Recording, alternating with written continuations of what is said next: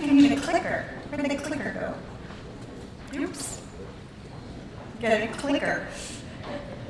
Hey, get a clicker.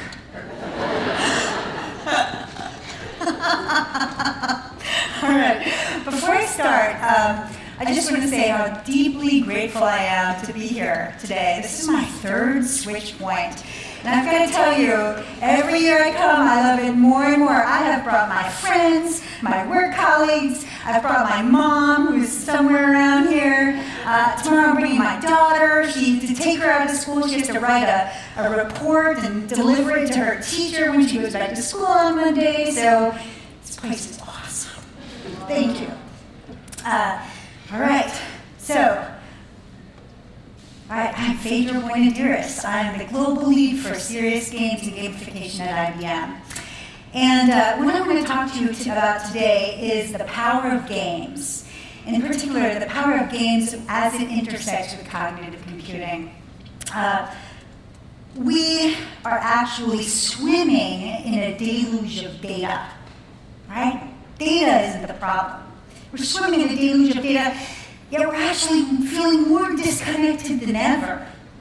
Okay, we've got organizations that spend so much money coming up with the right mathematical model, the right algorithm, the right hammer that can solve all the different problems, right?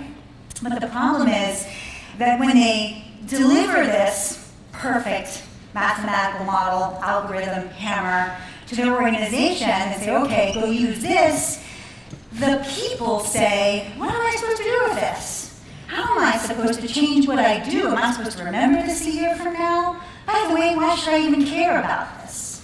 So again, it's this concept of people-centric design, right? Technology-centric design versus people-centric design. So you can create experiences that are really meaningful. And so really, what we see is this as being the magic trinity. Right? You've got modeling and simulation on one end, highly visual. You've got this people-centric engagement, right? That's facilitated by cognitive computing, and I'll explain what that is. And then in the cloud, so that you can enable new models for design and development. Enter in games, right?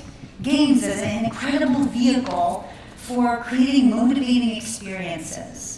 Games can be incredibly powerful, very, very powerful instruments of change. In fact, at last year's SwitchPoint, my micro lab was introducing people to the first stages of designing a game to counter extremism, counter extremist thought. Okay? So we've seen so many examples on the market today of games that can really transform the way people think about themselves within an organization, the way that they can be taught, how do they adopt or embrace new skills, how can they solve complex problems. So I'm going to give you a bunch of examples. So how many of you have heard of Watson? Okay, so most of you, that's good. So think of Watson as a special kind of artificial intelligence that actually has adopted humanistic features. So the way that you interface with Watson is by asking it questions, right? Or feeding it data. And the way that it communicates with you seems very natural. So that's the term for cognitive computing. And Watson actually competed against real people on the TV game show Jeopardy! But what is really fascinating, and again, in that scenario, Watson was competing against us, right? But imagine being able to start using Watson in our applications, especially in serious games, as a mechanism to drive change. There's actually numerous different kinds of services associated with Watson. So the way that Watson works is you can actually train it on all kinds of different data sets, right? And it will come up and you can ask it questions thereafter, and it will provide you with different kinds of answers. So I'm going to give you some examples of games that use different services within Watson. This is one of my favorite examples of an advanced city sim game. Has anybody here played SimCity before? right? It's a pretty popular game, right? So, your typical Sim City, right? You've got green rolling hills and blue lakes, and you're trying to figure out how you're going to create your city from scratch, right? Where do I place my roads? Where do I put my utilities? How do I grow this city over time? So imagine you built a city, and you've got 600,000 people in it, but you've only put down 3 fire stations. How is the game going to react? Right? It's completely arbitrary based on a set of metrics, right? A radius around that fire station, right? As to how often the fire will break out, the level of severity of the fire, right? Where it's gonna happen. Arbitrary. The game designer, the game developer, well before the game is shipped, actually creates rules and thresholds for how the fires break out. Imagine if instead those rules and thresholds are informed by an artificial intelligence. So the way that you interface with this artificial intelligence is through gameplay, right? The way the game responds is based on real historical data. So you want to talk about a natural way, people-centric way of being able to disseminate data. I mean, imagine a game like this as a mechanism for being able to affect public policy, certainly to make better decisions. But I don't want you to think that this is beyond your reach, right? I'm going to give you an example. We did this project with a school for disadvantaged teens out in Texas. So again, this is not a fancy schmancy Princeton prep STEM school. And I'm going to show you this video of what we did with them around creating a game powered by Watson. Danny, Kristen, Michael, Madison. My name is David Conover, and I teach serious game design here at Conley High School. This is an at-risk school with close to 2,000 people. The students come from a disadvantaged background, but it's my end game to make sure that these students go on to higher education or to get a job in the industry. His students have modded Minecraft. In their version of the game, you're flying a nanobot through a human body. And in doing so, you are killing off the elements that are part of the infectious disease. And what was really interesting, the reason why he reached out to me was because he wanted to integrate the entire game experience with IBM's Watson. Watson comes in and interacts with the student's game. And this is truly mind-blowing because now we're getting feedback from Watson through the gameplay, and this is what hasn't been done yet. And this is what's truly significant because we're bringing cognitive computing into game design. We actually have developed a game development ecosystem on our platform as a service, on IBM's Bluemix. And so what we did is we started to work directly with this particular class, giving them a recipe to follow with regards to not only how to stand up an instance of Minecraft on Bluemix, but also how to integrate it with different services available there, including our Watson services. So you're a level designer too? Yeah. Within this construct is the key or the code that will allow us to connect the dots between STEM, game design, serious game design, and Watson. What I'm drawing is actually a disease monster that is based off of tuberculosis. Whenever it catches you, it will attack you, and you'll have periodic bleeding damage.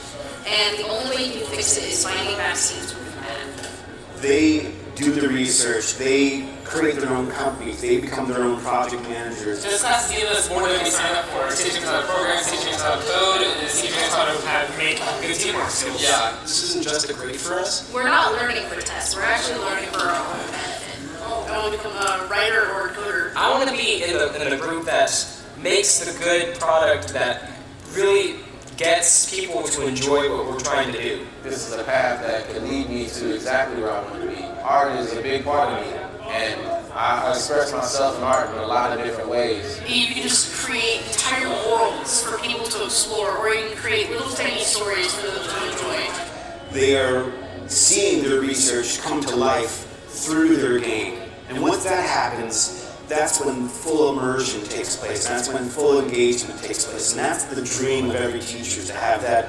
engaged classroom.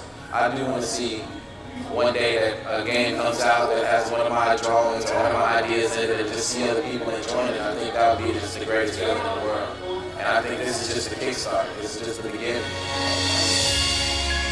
And then you can't fabricate that kind of enthusiasm from those kids, right? It was a tremendous experience working with them. I want to give you some other real-life examples of games that startups, companies, organizations have built using this kind of technology, network visualization strategies. So how do you visualize a network and then run it through a wide variety of different kinds of threats, whether it's cyber threats or possibly economic threats, right? So advent of things like blockchain in order to be able to make it stronger, make it more resilient over time. Cyber defense game that uses Watson embedded within it as a coach. So if you want to ask questions about things like how do I protect against SQL injection attacks, you can ask Watson as a mechanism as part of your gameplay. This is a really cool game. By the way, all of these games I'm going to show off at the Micro Lab tomorrow at the Cognitive Arcade. So you'll have a chance to play these. This is a game that was created for entertainment purposes. One of the Watson services, one of the cognitive services is called Personality Insights, and it can mine all kinds of data about a person to determine their personality. So we actually have this great demo online where we took all of Donald Trump's Twitter feeds and put it in there. I highly recommend you check it out. I know, you're groaning. But in this game, actually you have to interview a murder suspect. And you've got to uncover what's going on with his victims. Again, this is for entertainment. But he's really a jerk in the game, right? So you're trying to figure out, okay, if I'm a jerk while I'm asking questions, am I going to get more information? How do I couch this to really be able to get inside his head? Right? Again, you start to think about what you could do with that kind of power, that kind of tech in your applications where you want to engage people and make a difference. We've got a tremendous amount of interest from the banking industry for wealth advisory games. We've got something called trade-off analytics, right? That is being used heavily in strategy games. You're trying to make very complex decisions given any number of different kinds of conditions and events, right? This is a service that's being embedded in games like this for wealth advisory. One of the ideas we came up with for Lego, for the Internet of Things service that we have, is embedding Internet of Things sensor devices at each individual Lego piece.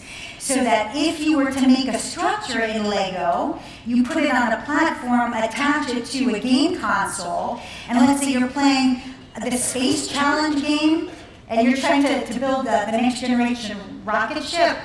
If you build one that looks like a big square in Legos, you can't actually get it off the ground in the game, right? So again, opening up people's minds, getting them to be more creative. How is it that you can do so with all these different kinds of services? And in the healthcare space, my gosh, this area is completely exploding. And what we've seen amongst all of these, a tremendous amount of interest from pharma companies for patient engagement applications. And what they're looking at is not only gathering data from sensor devices like wearables, right? How many steps have you taken, et cetera, but also gathering data from mental wellness applications. Gather patient data, engage them, gather, and then you use Watson to find patterns so you can create custom drugs or prescribe apps, right? And now here's this cycle. Again, we're seeing a true evolution in this space. We're creating a number of recipes. All of this is available on the cloud for developers to be able to follow. And by the way, this is free to schools. And if you apply for an impact grant through our corporate citizenship core, we're also making it available to nonprofits as well. So again, there's never been a better time to check this out. And again, consider how important it is as you're designing these kinds of applications to really think about making it motivating for people and borrowing some tactics from the games industry as a mechanism to do this. Also, if you're a startup here in the room, we've got a global entrepreneurship program, right, where that you can apply for and you can have access to these kinds of services and get free hosting and free consulting and all those kinds of things. Or you can try a company hackathon. Right, if you've got a specific kind of theme, we're doing one with NASA right now, and the NASA Space Apps Challenge. We're doing actually a project, a hackathon, with the U.S. Department of Education. It's multiple months long, and what they've got is called the EdSim Challenge, where the result of this hackathon will be serious games that are formally integrated into the public school system. Right? So they're looking at games too as a mechanism to engage students, completely redefine assessment, how you're going to assess students, and create personalized learning pathways, right, that are highly curated. And I know I'm totally out of time. I'm about a minute over time. Coming up at the end of July is something called the Serious Play Summit, and that's going to be here in our backyard in Chapel Hill, at UNC Chapel Hill. So if this space is at all of interest to you, that's a great place to learn more. Again, thank you so much for your time. I appreciate it. Thank you.